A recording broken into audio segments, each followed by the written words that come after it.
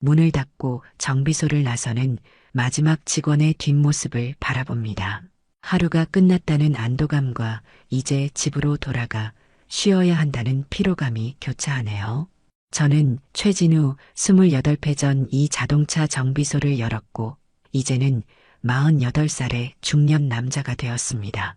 손에 묻은 기름때를 수건으로 닦아내며 오늘 하루도 무사히 지나갔음에 감사함을 느끼죠. 오늘도 수고 많았어요. 직원의 인사에 고개를 끄덕이며 답합니다. 요즘 들어 정비소 운영이 쉽지 않아졌어요. 새로운 카센터들이 주변에 생기면서 손님들이 줄어들고 그에 따라 수입도 감소했습니다. 20년 동안 아내 지연이와 함께 이 작은 정비소를 꾸려왔지만 최근에는 경제적으로 많이 어려워졌어요. 집으로 향하는 차 안에서 한숨이 절로 나옵니다. 오늘도 아내와 다툴 것 같은 예감이 드네요. 지난 몇 달간 우리 부부 사이에는 잦은 다툼이 있었습니다. 주로 돈 문제였죠. 아내 지연이는 42, 저보다 6살 어립니다. 우리 아들 현우는 고등학생인데 대학 입시를 앞두고 있어 학원비와 교재비 부담도 만만치 않고요. 집 앞에 차를 세우고 잠시 생각에 잠깁니다. 오늘은 평화롭게 지나갔으면 좋겠다라는 바람을 가슴에 품고 현관문을 열었죠. 다녀왔습니다. 집안은 조용했어요. 식탁 위에는 간단한 저녁 식사와 쪽지가 놓여 있었습니다. 보험회사 교육이 있어서 늦을 거예요. 밥 차려뒀으니 데워 드세요. 마이너스 지연. 아내는 최근 가계 부담을 덜기 위해 보험 영업을 시작했어요. 처음에는 직장 생활이 처음이라 힘들어했지만 요즘은 적응했는지 열심히 일하는 모습입니다. 한편으로는 고맙고 다른 한편으로는 미안한 마음이 들었죠. 내가 더 잘했다면 아내가 이렇게 고생할 필요가 없었을 텐데 하는 자책감도 들고요. 전자레인지에 음식을 데우면서 텔레비전을 켰습니다. 뉴스에서는 경기 침체에 대한 이야기가 나오고 있었어요. 작은 자영업자들이 문을 닫는다는 소식에 가슴이 무거워집니다. 우리 정비소도 그렇게 되는 건 아닐까? 하는 불안감이 엄습하네요. 식사를 마치고 설거지를 하는데 현관문 소리가 들렸습니다. 아내가 돌아온 거죠. 식사하셨어요? 지연이가 물었습니다. 응, 차려준 거 잘 먹었어. 교육은 어땠어? 그냥 그랬죠. 아직 익숙하지 않아서 힘들긴 하지만 괜찮아요. 지연이의 얼굴에서 피로가 느껴졌습니다. 하지만 뭔가 달라 보이네요. 새로운 옷을 입고 있고 화장도 평소보다 신경 쓴 것 같아요. 새 옷이야? 아, 이거요? 회사에서 단정하게 입으라고 해서 하나 샀어요. 괜찮죠? 응, 잘 어울려. 그날 밤 우리는 오랜만에 다툼 없이 평화롭게 지냈습니다. 하지만 왠지 모를 불안감이 저를 떠나지 않았어요. 아내가 조금씩 달라지고 있다는 느낌, 그리고 우리 사이에 보이지 않는 벽이 생기고 있다는 느낌이 들었죠. 잠자리에 들기 전 아내가 말했습니다. 그런데 요즘 건강관리도 할 겸 헬스장을 다니려고 하는데 어떨까요? 헬스장? 갑자기 나이도 있고 하니까 건강관리도 해야 할 것 같아서요. 보험회사 근처에 좋은 곳이 있더라고요. 그래, 건강이 최고지. 운동이라도 하면 건강해지겠네. 그렇게 대수롭지 않게 대답했지만 마음 한구석에서는 이유 모를 불편함이 자리 잡고 있었습니다. 이것이 우리 부부관계에 찾아온 첫 번째 균열의 시작이었다는 것을 그때는 미처 알지 못했죠. 아내의 변화는 서서히 찾아왔습니다. 처음에는 눈치채지 못했어요. 평소보다 조금 늦게 들어오는 정도였으니까요. 보험 교육이 길어졌어요. 고객 미팅이 있었어요. 라는 말에 의심 없이 고개를 끄덕였죠. 지연이는 보험 영업을 시작한 지 한 달 만에 놀라운 적응력을 보였습니다. 처음엔 어색해하던 사회생활이 이제는 제법 익숙해진 모양이에요. 어느 날 아침 식탁에서 커피를 마시고 있는데 지연이가 화장대 앞에 앉아 평소보다 진한 화장을 하고 있었습니다. 머리도 새로 염색했더군요. 나도 모르게 질문이 튀어나왔어요. 요즘 화장이 많이 달라졌네. 지연이는 거울 속 내 모습을 바라보며 웃었습니다. 영업하려면 첫인상이 중요하대요. 그래서 좀 신경 쓰는 거예요. 그럴 수 있겠다고 생각했어요. 하지만 왜인지 마음이 편치 않았습니다. 지연이는 이제 집보다 바깥 생활에 더 신경을 쓰는 것 같았거든요. 정비소에서의 하루는 늘 분주했습니다. 손님이 줄었다고는 해도 고정 고객들은 꾸준히 찾아왔어요.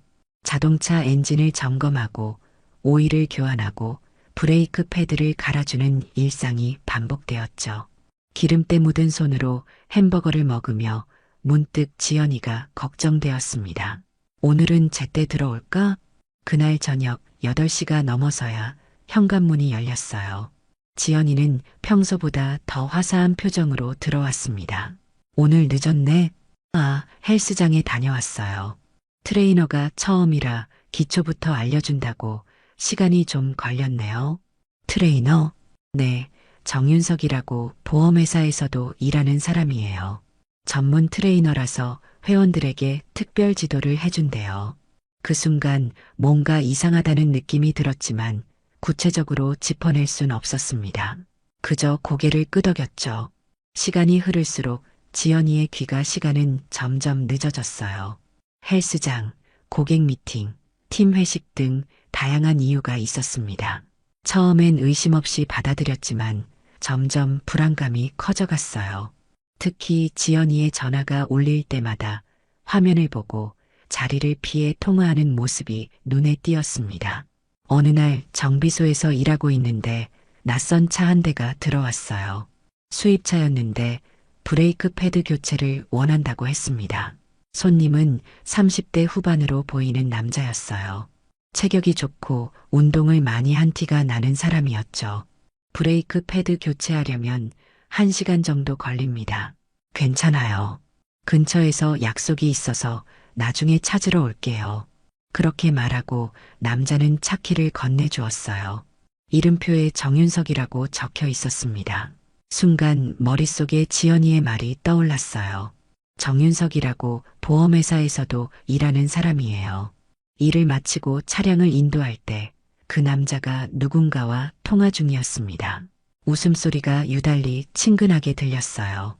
그리고 통화를 마친 후 그가 내게 물었습니다. 혹시 최 사장님이세요? 놀라서 쳐다보니 그가 웃으며 말했어요.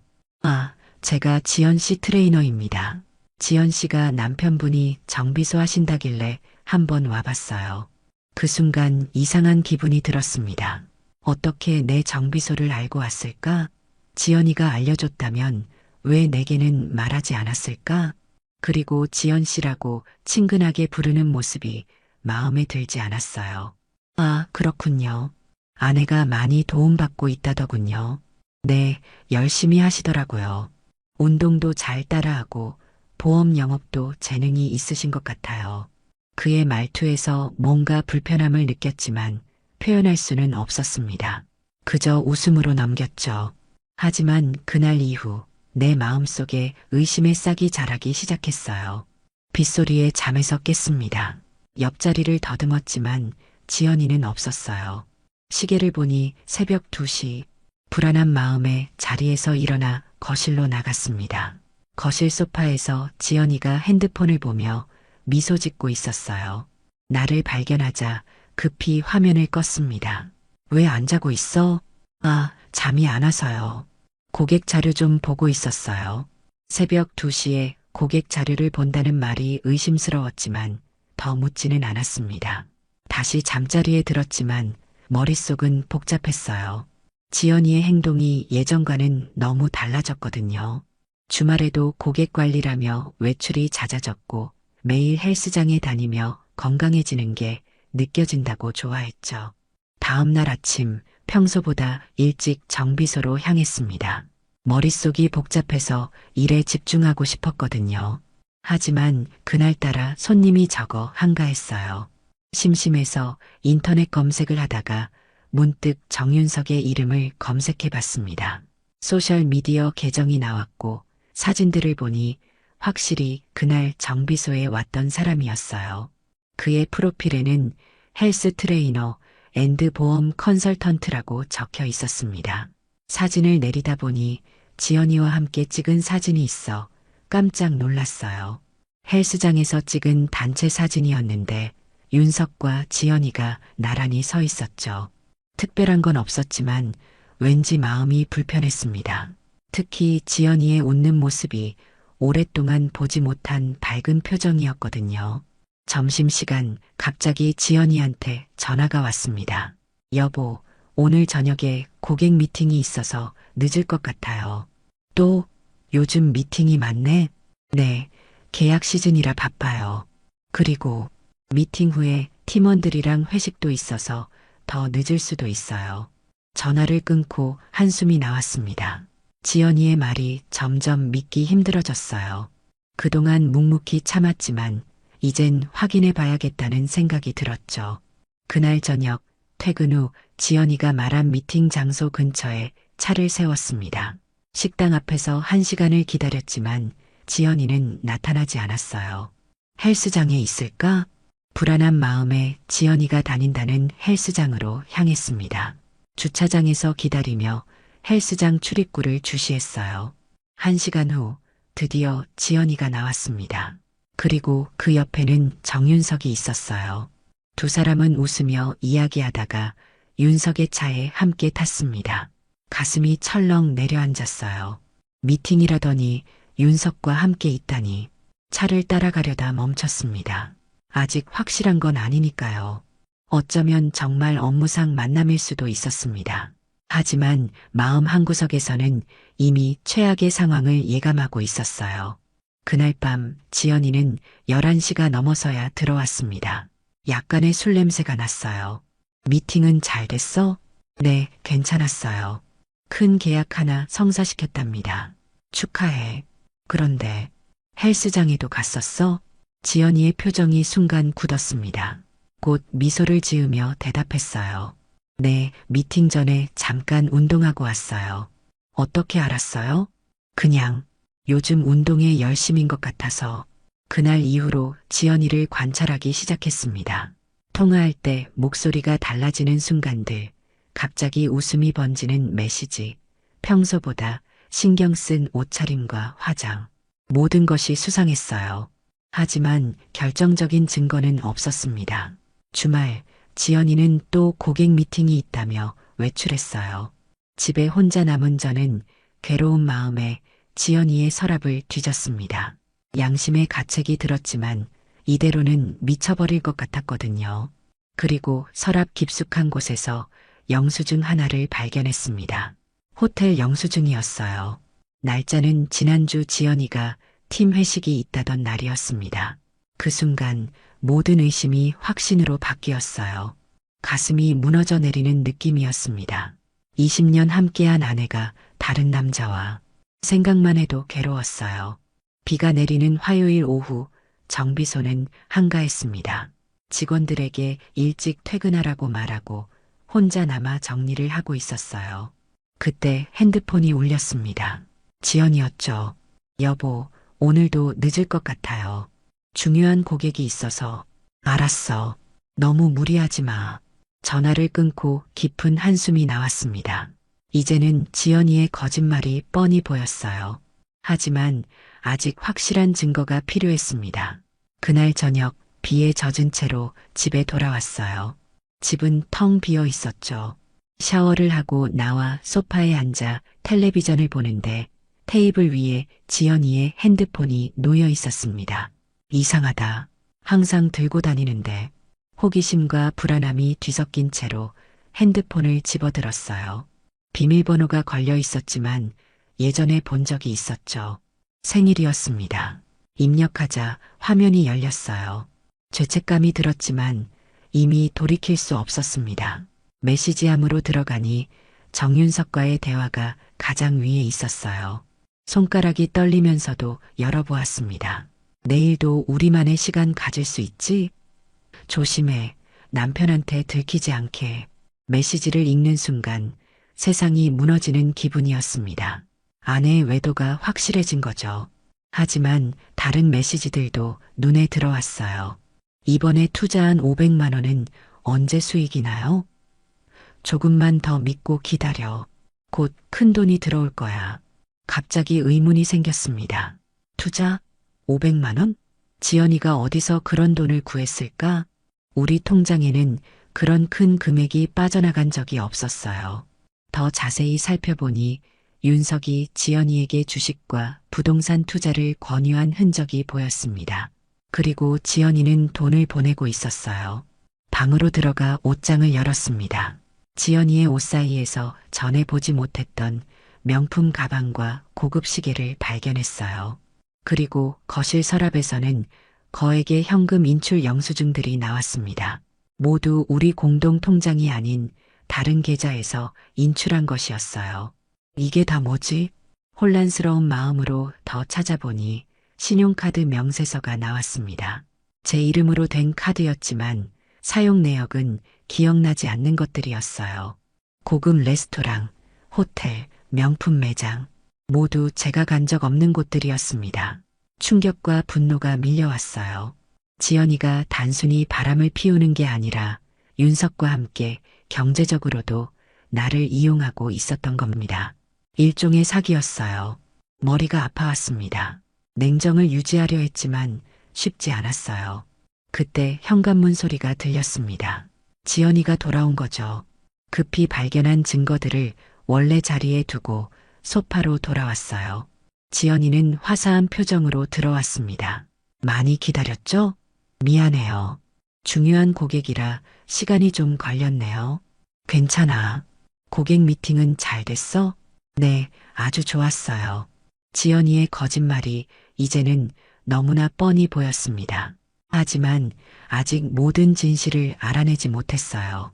더 지켜봐야 했죠. 그런데 여보, 통장에서 500만 원이 빠져나간 것 같던데. 지연이의 표정이 순간 굳었다가 곧 미소를 지었어요. 아, 그거요? 보험회사에서 교육비로 미리 내야 하는 거예요. 나중에 다시 들어올 거니까 걱정 마세요. 또 다른 거짓말이었습니다. 이제 확신이 들었어요. 지연이는 윤석과 함께 나를 속이고 있었고 그것도 단순한 외도를 넘어 경제적인 사기였습니다. 하지만 아직 더 많은 증거가 필요했어요. 그래서 그날 밤은 아무것도 모르는 척 넘어갔습니다. 잠자리에 들기 전 지연이가 말했어요. 이번 주말에도 큰 고객이 있어서 하루 종일 미팅이 있을 것 같아요. 그래, 어디서 만나는데? 강남 쪽 카페에서요. 왜요? 아니, 그냥 궁금해서. 요즘 많이 바쁘네. 그날 밤 결심했습니다. 주말에 지연이를 미행해서 모든 진실을 확인하기로요. 더 이상 이렇게 속으면서 살 수는 없었으니까요. 토요일 아침 지연이는 평소보다 더 신경 써서 옷을 골랐습니다. 진한 화장에 향수까지 뿌리더군요. 고객 미팅치고는 너무 공들인다는 생각이 들었지만 아무 말도 하지 않았어요. 그저 신문을 보는 척 지연이의 모습을 지켜봤을 뿐입니다. 난 이만 나갈게요. 저녁에 봐요. 지연이가 현관문을 나서자마자 저도 준비를 했습니다. 차를 타고 아파트 출구에서 대기하다가 지연이가 탄 택시를 따라갔어요. 택시는 강남으로 향했습니다. 하지만 카페가 아닌 고급 헬스장 앞에 섰어요. 지연이가 내려 헬스장으로 들어갔습니다. 역시 거짓말이었군. 차를 주차하고 헬스장 맞은편 카페에 자리 잡았어요. 창가에 앉아 헬스장 출입구를 주시했습니다. 2시간 정도 지났을까 지연이가 나왔어요. 그리고 예상대로 정윤석이 함께였죠. 두 사람은 손을 잡고 걸으며 웃고 있었습니다. 그 모습을 보는 순간 가슴이 찢어지는 듯 했어요. 윤석의 차에 오른 두 사람을 조심스럽게 따라갔습니다. 차는 강남의 한 고급 호텔 앞에 멈췄어요. 지연이와 윤석은 로비로 들어갔고 저는 멀리서 지켜보았습니다. 로비에서 이야기를 나누다가 엘리베이터를 탔어요. 숨이 막혔습니다. 모든 게 확실해졌으니까요. 호텔 근처 카페에 앉아 마음을 진정시켰습니다. 분노와 배신감이 밀려왔지만 지금은 냉정해야 했어요. 증거를 남기기 위해 호텔 로비로 들어가 두 사람이 함께 있는 모습을 몰래 사진으로 찍었습니다. 그리고 프런트에 가서 물었어요. 정윤석 씨 객실이 어디인가요? 약속이 있어서요. 죄송합니다만 손님 정보는 알려드릴 수 없습니다. 실망스러웠지만 이해했습니다. 호텔을 나와 차 안에서 기다리기로 했어요. 3시간이 흘렀을까 드디어 두 사람이 나왔습니다. 지연이의 얼굴은 상기되어 있었고 윤석은 만족스러운 표정이었어요. 사진을 더 찍으며 가슴이 아팠습니다. 20년 동안 믿고 사랑했던 사람이 나를 이렇게 배신하다니. 두 사람은 근처 레스토랑으로 들어갔습니다. 창가에 앉아 대화를 나누는 모습이 보였어요. 저도 레스토랑에 들어가 구석자리에 앉았습니다. 메뉴판으로 얼굴을 가린 채 그들의 대화를 엿들으려 했지만 거리가 멀어 잘 들리지 않았어요. 하지만 몇 마디가 귀에 들어왔습니다. 다음 주에 계좌로 1,000만 원 더 보내줘. 이번 투자는 확실해. 그렇게 많이? 더는 어렵지 않을까? 당신을 위한 거야.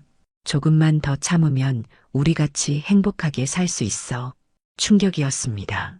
윤석은 지연이의 돈을 노리고 접근한 사기꾼이었던 거예요. 그리고 지연이는 그의 말에 속아 우리 가족의 돈을 빼돌리고 있었습니다. 더 이상 듣고 있기 힘들어 레스토랑을 나왔어요. 차 안에서 한참을 울었습니다. 분노, 배신감, 슬픔이 한꺼번에 밀려왔어요. 20년 동안 가족을 위해 성실하게 일했던 시간들, 지연이와 함께했던 행복했던 순간들이 머릿속을 스쳐 지나갔습니다. 모든 게 거짓이었을까요? 집으로 돌아와 지연이를 기다렸습니다. 증거들을 모아두고 모든 것을 정리했어요. 이제는 더 이상 모른 척할 수 없었습니다. 진실을 마주할 시간이었어요. 저녁 9시 지연이가 돌아왔습니다. 평소와 같은 표정으로 인사를 했지만 저는 더 이상 속지 않았어요. 미팅은 잘 됐어? 네, 아주 좋았어요. 큰 계약 하나 성사시켰답니다. 정말? 어떤 계약인데? 아, 그냥 종신보험이에요. 보험료가 좀 커서. 지연아, 이제 그만 거짓말하자. 지연이의 얼굴이 굳었습니다. 제가 테이블 위에 놓인 사진들을 가리키자 지연이의 안색이 창백해졌어요. 이게 뭐예요? 오늘 너와 정윤석이 함께 있는 모습이야. 호텔에서, 레스토랑에서. 지연이는 말을 잃었습니다. 그리고 곧 눈물이 흘러내렸어요. 어떻게 이럴 수가 있어? 목소리가 떨렸습니다. 지연이는 고개를 숙인 채 흐느끼고 있었어요. 그러나 저는 더 이상 그녀의 눈물에 마음이 약해지지 않았습니다. 이미 너무 많은 거짓말을 들었으니까요. 언제부터였어? 윤석과는? 지연이는 한참을 울다가 겨우 입을 열었습니다. 세 달 전부터요. 처음엔 그냥 트레이너와 회원 관계였는데, 그래서 우리 돈을 얼마나 빼돌렸어? 그 투자라는 명목으로. 지연이의 눈이 커졌습니다. 자신의 비밀이 완전히 드러났다는 사실에 충격받은 듯 했어요. 어떻게 알았어요? 내 메시지도 받고 통화 내용도 들었어. 그리고 내가 숨겨둔 영수증들, 카드 명세서 다 찾았어. 발작적으로 우는 지연이를 바라보며 차갑게 말했습니다. 총 얼마야? 2,000만 원 정도요. 숨이 막혔습니다. 2,000만 원이라니. 우리 가게가 어려운 상황에서 그만한 돈이면 정비소 운영비로 몇 달은 버틸 수 있는 금액이었어요. 그런데 아내는 사기꾼에게 그 돈을 모두 넘겨준 겁니다. 미쳤어? 그 돈이 얼마나 소중한 줄 알면서 어디서 그 돈을 구한 거야? 지연이는 고개를 숙인 채 대답했어요. 처음엔 내 용돈에서 조금씩 모아서 투자했어요. 윤석이 큰 돈을 벌 수 있다고 해서. 그런데 점점 더 많은 돈이 필요해졌고 결국 비상금을 꺼내게 됐죠. 그리고 말끝을 흐리는 지연이를 차갑게 바라봤습니다. 그리고 현우 대학 등록금도. 순간 머릿속이 하얘졌어요. 아들의 대학 등록금까지 탕진했다니. 분노가 치밀어 올랐지만 꾹 참았습니다. 그 돈은 어디에 투자했다는 거야? 주식? 그리고 부동산 선분양. 윤석이 확실하다고 했어요. 곧 수익이 날 거라고. 비웃음이 나왔습니다. 그토록 확실하다는 투자가 무슨 투자인지 아내조차 제대로 설명하지 못하고 있었어요. 완전히 속은 겁니다. 내가 속았다는 걸 모르겠어? 윤석은 사기꾼이야. 너 같은 여자들에게 접근해서 돈을 뜯어내는 전문가라고. 지연이의 눈에서 충격의 빛이 스쳤습니다. 아니에요. 윤석은 진심으로 나를. 그래. 그럼 왜 그 진심 어린 남자는 너 말고도 다른 여자들에게 똑같은 말을 하고 있을까? 지연이의 얼굴이 창백해졌어요. 휴대폰을 꺼내 윤석의 소셜미디어 계정을 보여줬습니다. 그곳에는 다른 여성들과 찍은 비슷한 포즈의 사진들이 있었어요. 모두 중년의 여성들이었고 지연이처럼 경제적으로 여유 있어 보이는 사람들이었죠. 이건 그냥 회원들이에요. 트레이너니까. 정말? 그럼 이건? 다른 증거를 보여줬습니다. 인터넷 카페에서 찾은 글이었어요. 헬스장 트레이너에게 투자 사기를 당했습니다라는 제목의 글이었죠. 그 글에서 언급된 트레이너의 특징이 정확히 윤석과 일치했습니다. 지연이는 말문이 막혔어요. 현실을 부정하고 싶은 듯 고개를 저었지만 이미 모든 증거가 앞에 놓여 있었습니다. 난 정말 몰랐어요. 윤석이 나를 사랑한다고 생각했어요. 내가 예전 같지 않다고 젊었을 때보다 더 매력적이라고 했거든요. 누구도 그렇게 말해준 적이 없었어요. 그 말에 가슴이 아팠습니다. 내가 아내에게 그런 말을 얼마나 해주었을까? 바쁘다는 핑계로 소홀했던 것은 아닐까? 잠시 자책감이 들었지만 곧 현실로 돌아왔어요. 그래서 사랑한다는 말 몇 마디에 20년 결혼 생활을 벌인 거야? 내가 너를 위해 얼마나 희생했는지 알아? 지연이는 더 이상 대답하지 못했습니다. 그저 흐느낄 뿐이었어요. 침묵 속에서 옷장으로 향했습니다. 지연이가 숨겨둔 명품들을 꺼내 테이블 위에 올려놓았어요. 이것들은 어디서 산 거야? 윤석이 선물해줬어요. 투자하면 더 좋은 것도 살 수 있다고. 선물이라기보다는 미끼였겠죠. 지연이의 돈으로 사주고는 마치 자신이 대단한 선물을 한 것처럼 꾸민 겁니다. 전형적인 사기꾼의 수법이었어요. 이제 어떻게 할 거예요? 지연이의 떨리는 목소리에 냉정하게 대답했습니다. 우선 경찰에 신고할 거야. 너만 당한 게 아니라 다른 여자들도 있을 테니까. 그리고 말을 잠시 멈추고 깊은 숨을 내쉬었어요. 우리 사이는 끝났어, 지연아. 이혼하자. 지연이의 얼굴에서 핏기가 빠졌습니다. 무릎을 꿇고 제 손을 붙잡았어요. 제발 용서해 주세요. 다시 잘할게요. 제가 잘못했어요. 사랑이 아니라 그 남자의 미끼를 문 거였어. 너는 단순한 피해자가 아니라 내 신뢰를 배신한 공범이야. 지연이는 절망적인 표정으로 흐느꼈습니다. 하지만 제 마음은 이미 돌이킬 수 없었어요. 20년의 신뢰가 무너진 자리에는 차가운 현실만 남았으니까요. 비가 내리는 월요일 아침, 경찰서로 향했습니다. 지난 이틀간 수집한 증거들과 지연이의 진술서를 가지고 윤석에 대한 신고를 하기 위해서였어요. 주말 내내 집안 분위기는 얼어붙어 있었습니다. 지연이는 계속해서 용서를 빌었지만 제 마음은 쉽게 풀리지 않았어요. 이렇게 해서 돈을 돌려받을 수 있을까요? 담당 형사가 증거를 검토하며 물었습니다. 그건 모르겠습니다. 하지만 이 사람이 다른 여성들에게도 같은 짓을 했다면 반드시 멈춰야 한다고 생각했어요. 형사는 고개를 끄덕였습니다. 조사해보니 정윤석에 대한 비슷한 신고가 몇 건 더 있었습니다. 아직 증거가 부족해서 진행이 안 됐는데 이번에 결정적인 자료를 주셨네요. 마음이 조금 가벼워졌습니다. 적어도 다른 여성들은 더 이상 피해를 입지 않을 테니까요. 경찰서를 나와 정비소로 향했어요. 요즘 정비소에 거의 나가지 못했지만 직원들이 잘 지켜주고 있었습니다. 정비소에 도착하자 직원이 다가왔어요. 사장님, 어제 전화 왔었습니다. 정윤석이라는 분인데 사장님 찾으셨어요. 심장이 빠르게 뛰었습니다. 윤석이 나를 찾았다니 무슨 의도일까요? 하지만 곧 짐작이 갔어요. 지연이가 무슨 말을 했는지도 모르고 돈을 더 요구하려는 거겠죠. 혹시 또 연락 오면 경찰에 신고해야 한다고 전해줘.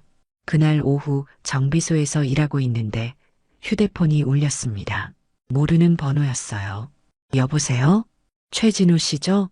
정윤석입니다. 목소리를 듣는 순간 손에 힘이 들어갔습니다. 이 목소리의 주인공 때문에 내 가정이 무너졌으니까요. 무슨 용건이죠? 지연 씨한테 들었습니다. 저에 대해 오해하고 계신 것 같은데 한번 만나서 이야기했으면 합니다. 오해라고? 당신이 내 아내를 속여 돈을 뜯어낸 건 사실이잖아. 그건 사실이 아닙니다. 저는 진심으로 지연 씨를 위해 투자했고 곧 수익이 날 거예요. 조금만 더 시간을 주시면. 비웃음이 나왔습니다. 아직도 사기를 치려는 모양이었어요. 그만둬. 난 이미 경찰에 신고했어. 당신 같은 사기꾼에게 속아 넘어갈 사람은 이제 없을 거야. 잠시 침묵이 흘렀습니다. 그리고 윤석의 목소리가 달라졌어요. 부드러움은 사라지고 날카로워졌죠. 후회하게 될 거예요. 지연 씨가 얼마나 당신을 원망하는지 알아요? 당신이 관심도 주지 않으니까 제게 온 거라고요. 돈 때문이 아니에요. 화가 치밀어 올랐지만 냉정함을 유지했습니다. 그런 말로 내 아내를 속였겠지. 하지만 이제 끝이야. 다시는 우리 가족에게 접근하지 마. 전화를 끊고 깊은 한숨을 내쉬었어요. 윤석의 말이 전혀 사실이 아니라는 걸 알면서도 어딘가 가슴 한구석이 아팠습니다. 내가 지연이에게 소홀했던 것도 사실이니까요. 그날 저녁 집에 돌아오니 아들 현우가 와 있었습니다. 주말에 친구네 집에 있다가 돌아온 거죠. 현우는 이미 무슨 일이 있었는지 알고 있는 듯 했어요. 침울한 표정으로 앉아 있었습니다. 아빠, 진짜 이혼하시는 거예요? 가슴이 아팠습니다.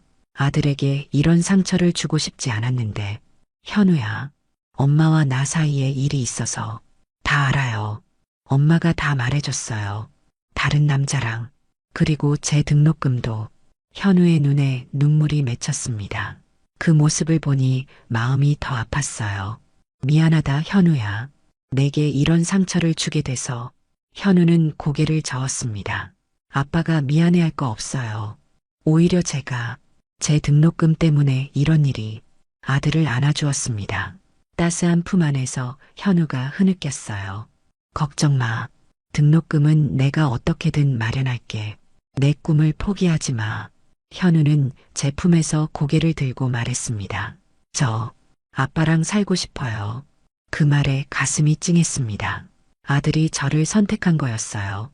다음 날 경찰에서 연락이 왔습니다. 윤석을 체포했다는 소식이었어요. 여러 여성들에게 비슷한 수법으로 사기를 쳤고 총 금액이 억대에 달한다고 했습니다. 증거도 충분히 확보했다고 하네요. 집에 돌아와 지연이에게 그 소식을 전했습니다. 지연이는 멍한 표정으로 앉아 있었어요. 경찰에서 연락 왔어. 윤석이 체포됐대. 지연이의 눈에서 눈물이 흘러내렸습니다. 정말 사기꾼이었던 거죠? 그래. 다른 여성들도 많이 속았대. 저는 정말 바보였어요. 그 사람 말만 믿고. 지연이의 모습이 안쓰러웠지만 이미 돌이킬 수는 없었습니다. 너무 많은 것이 깨져버렸으니까요. 겨울이 지나고 봄이 찾아왔습니다. 정비소 앞 나무에 꽃이 피기 시작했어요. 그 사이 많은 것이 변했습니다. 지연이와의 이혼 절차는 조용히 진행됐고 현우는 제 곁에 남기로 했어요. 지연이는 시골에 있는 언니네로 내려갔다고 합니다. 가끔 현우에게 전화가 오지만 저와는 연락하지 않아요. 윤석은 사기죄로 징역을 살게 됐습니다. 재판에서 그가 10여 명의 중년 여성들에게 비슷한 수법으로 접근해 돈을 뜯어낸 사실이 밝혀졌어요. 피해 금액 중 일부는 되찾았지만 대부분은 이미 써버린 상태였습니다. 지연이가 투자했던 돈도 거의 돌려받지 못했죠. 정비소는 다시 활기를 찾아가고 있었습니다. 모든 걸 잃을 뻔했지만 오히려 그 경험이 저를 더 단단하게 만들었어요. 비상금을 털어 운영비를 충당했고 열심히 일한 덕분에 손님도 조금씩 늘어나기 시작했습니다. 그날도 평소처럼 정비소에서 일하고 있었어요. 현우가 학교를 마치고 와서 도와주고 있었죠. 요즘 현우는 자동차에 관심이 생겼다며 정비 기술을 배우고 싶어 했습니다. 아빠, 이 부품은 어떻게 조립하는 거예요? 현우에게 엔진 부품을 조립하는 방법을 가르쳐 주는데 누군가 정비소로 들어왔습니다. 돌아보니 지연이었어요. 오랜만에 보는 모습이라 어색했습니다. 예전보다 훨씬 수척해 보였어요. 오랜만이에요. 지연이의 목소리가 떨렸습니다. 현우가 엄마를 보고 잠시 멈칫했다가 다가갔어요. 엄마, 왜 왔어요? 너 보러 왔지. 잘 지냈니? 어색한 분위기 속에서 셋이 마주 앉았습니다. 지연이는 현우에게 선물을 건넸어요. 책이었습니다. 대학 준비하는데 필요할 것 같아서. 현우는 묵묵히 받았지만 예전 같은 반가움은 보이지 않았어요. 상처가 아직 아물지 않은 모양이었습니다. 현우야, 엄마랑 잠깐 이야기 좀 할게. 저기 부품 정리 좀 해줄래? 현우가 자리를 비운 후 지연이와 단둘이 마주 앉았습니다. 어떻게 지내요? 그냥 언니네 농장 일 도와주면서 살고 있어요. 도시 생활보단 훨씬 조용하네요. 침묵이 흘렀습니다. 할 말은 많았지만 어디서부터 시작해야 할지 몰랐어요. 지난번 일 정말 미안해요. 내가 어리석었어요. 지연이의 눈에 눈물이 맺혔습니다. 이제 와서 미안하다는 말이 무슨 소용이 있을까 싶었지만 마음은 조금 누그러들었어요. 이제 와서 그런 말해도 소용없어. 이미 다 지나간 일이야. 알아요. 용서해달라는 게 아니에요. 그냥 마지막으로 한 번 더 사과하고 싶었어요. 현우에게도. 지연이의 진심 어린 모습에 복잡한 감정이 몰려왔습니다. 미움, 연민, 그리고 어쩌면 아직 남아있는 사랑까지. 현우는 어때요? 학교는 잘 다니고 있나요? 응, 열심히 해. 이제 대학 입시가 얼마 안 남았잖아. 등록금은 걱정 마. 내가 어떻게든 마련할 테니까. 지연이의 눈에서 눈물이 흘러내렸습니다. 고마워요. 내가 저지른 실수인데도. 말을 끝맺지 못하고 지연이는 흐느꼈어요. 마지막 만남을 위해 용기를 내서 온 것 같았습니다. 잘 지내요. 현우, 잘 부탁해요. 지연이가 일어나 정비소를 나갔습니다. 창문 너머로 그녀의 뒷모습을 바라봤어요. 한때는 그토록 사랑했던 사람이 이제는 낯선 사람이 되어 걸어가는 모습이 왠지 서글펐습니다. 현우가 다가와 물었어요. 엄마 갔어요? 응, 너 보러 왔다가 갔어. 현우의 표정이 복잡해 보였습니다. 아직 어린 나이에 이런 상처를 겪게 해서 마음이 아팠어요.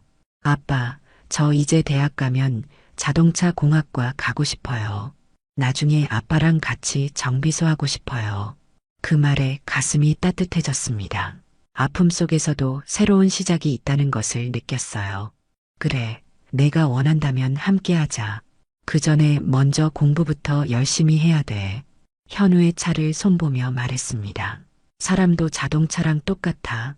관리를 잘하면 오래가지만 방심하면 언젠간 사고가 난다. 창밖을 보니 멀리서 지연이가 정비소를 바라보고 있었습니다. 눈이 마주쳤을 때 그녀는 잠시 머뭇거리다가 고개를 숙이고 걸어갔어요. 다시 돌아올 수 없는 현실을 깨달은 듯 했습니다. 정비소로 들어오는 햇살이 따뜻했습니다. 모든 것이 무너져 내린 것 같았지만 이제 새롭게 시작할 수 있다는 희망이 생겼어요. 현우와 함께 이 작은 정비소에서 하루하루 성실하게 살아가면 된다고 생각했습니다. 손에 묻은 기름때를 닦으며 깊은 숨을 내쉬었어요. 인생이라는 긴 여정에서 이번 일은 하나의 구비에 불과했습니다. 아픔을 딛고 다시 일어설 시간, 새로운 시작의 순간이 온 것이었죠.